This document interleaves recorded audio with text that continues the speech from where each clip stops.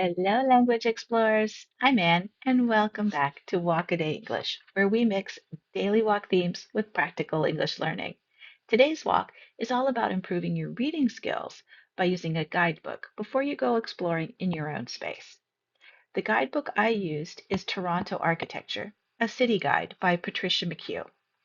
Together, we'll learn useful vocabulary from the guidebook and discover how reading ahead helps you enjoy and talk more about your walk with confidence. As you prepare for your walk, take a look at your guidebook and notice the words it uses to describe places, features, or activities in the area. For example, you might find words like landmark, pathway, historic, scenic, or landscape. Write these words down before your walk or during your walk and try to use them in your journal entry to describe what you see and what you experience. Using vocabulary from a guidebook links your reading with real life observation, making your English much richer and more relevant. Don't worry if you're just starting. Small steps like copying and practicing these words will improve your understanding and speaking skills over time. The key is to notice, write, and say these new words often. Before you start your walk, reading a guidebook can be a fantastic way to boost your English reading skills and prepare you for a richer experience outdoors. What is a guidebook? It's a book or pamphlet with information about a place, including directions, history, and interesting facts. Here are 7 tips to improve your reading skills using a guidebook. First, preview the guidebook by scanning headings, pictures, and captions to get an overview.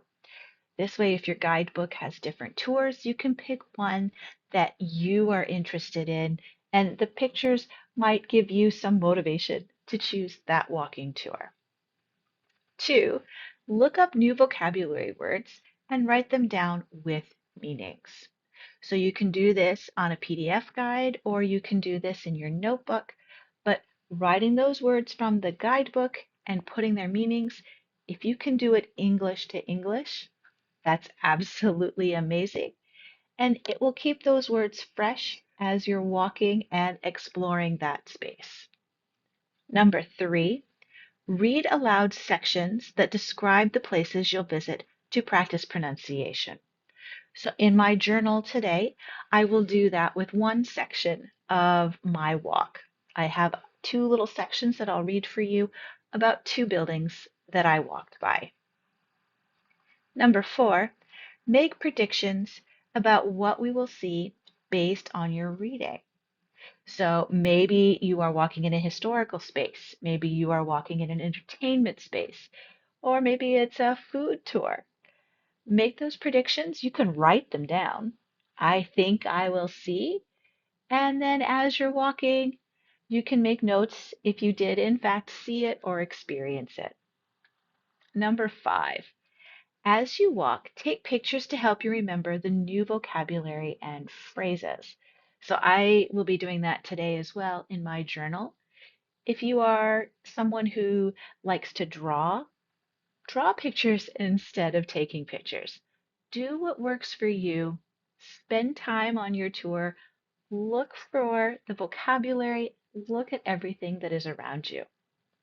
Number 6, if you are walking with a buddy, use the guidebook vocabulary during your walk to describe your environment. So maybe you might say to your partner, what was that historic building's name? Or why is it historic? You can use those words in the conversation. It makes it fresh, it makes it relevant, and it makes it stick in your head. And our last one, number 7, write journal entries about your walk using new words and facts from the guidebook. I will be doing that today in my journal entry as I walk you through the walk I did with Toronto architecture. Trying these tips makes your reading active and fun and connects your learning directly to your walking adventures. Share your favorite new words or interesting facts from the guidebook in the comments. You can download today's free PDF guide in the description. which includes these tips plus journaling questions to help guide your walk and writing. Now, it's time to practice your speaking with me through shadowing. Shadowing means listening carefully to what I say and immediately repeating it. This helps you improve pronunciation, rhythm, and fluency by copying natural speech.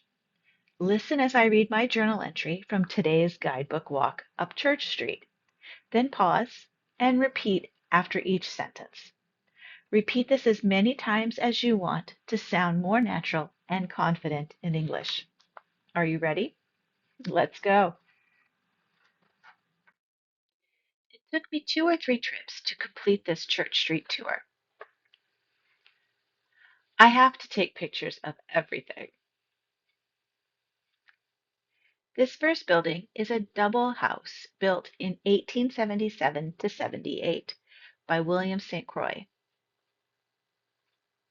It is now a unique sci-fi themed restaurant that I would totally recommend.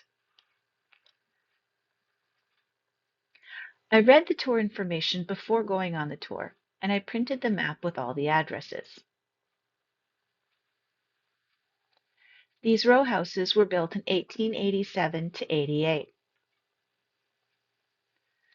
I walked down the dead-end street and was surprised by this sign.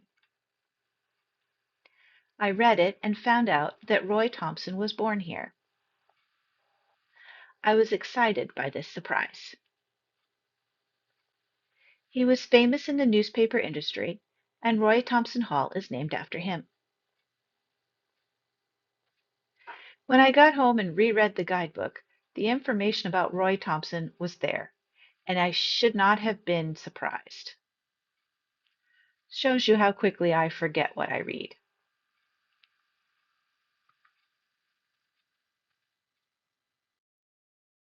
From the guidebook.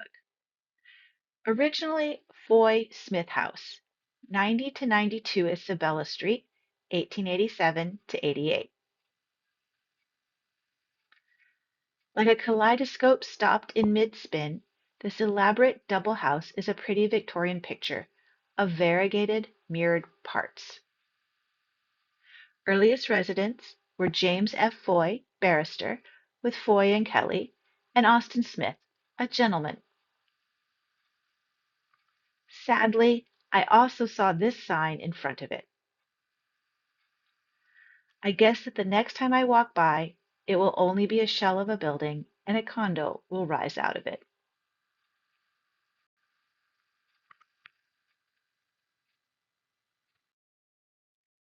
From the guidebook.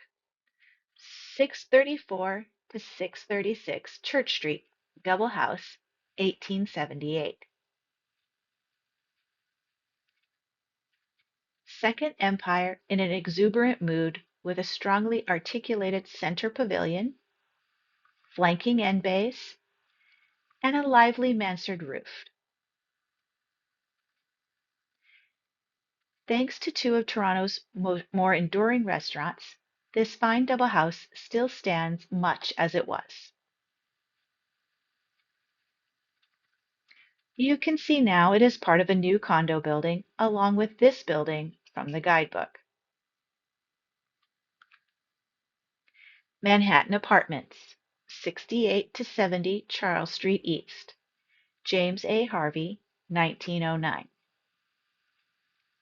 One of Toronto's earliest apartment buildings, cleverly consuming an existing house, the entrance of which is still used on Church Street. As it is now only a facade, the buildings are both considered demolished. Are you ready to improve your reading skills and enjoy your walks even more? Grab a guidebook, take a walk in your own neighborhood, and try using the vocabulary and tips you've learned today. Write your observations and sentences in a journal and share your ideas or questions in the comments. Keep walking, keep reading, and keep growing your English, one step and one word at a time. Happy walking, language explorers! If you would like to get personalized feedback on your journal entry, become a Wade member by signing up on our website. Take a look at our next video for another great Walk-A-Day English language adventure. If you liked this video and would like to see more, let me know in the comments and click the subscribe button. Until our next walk, stay safe and go explore your space, one word at a time.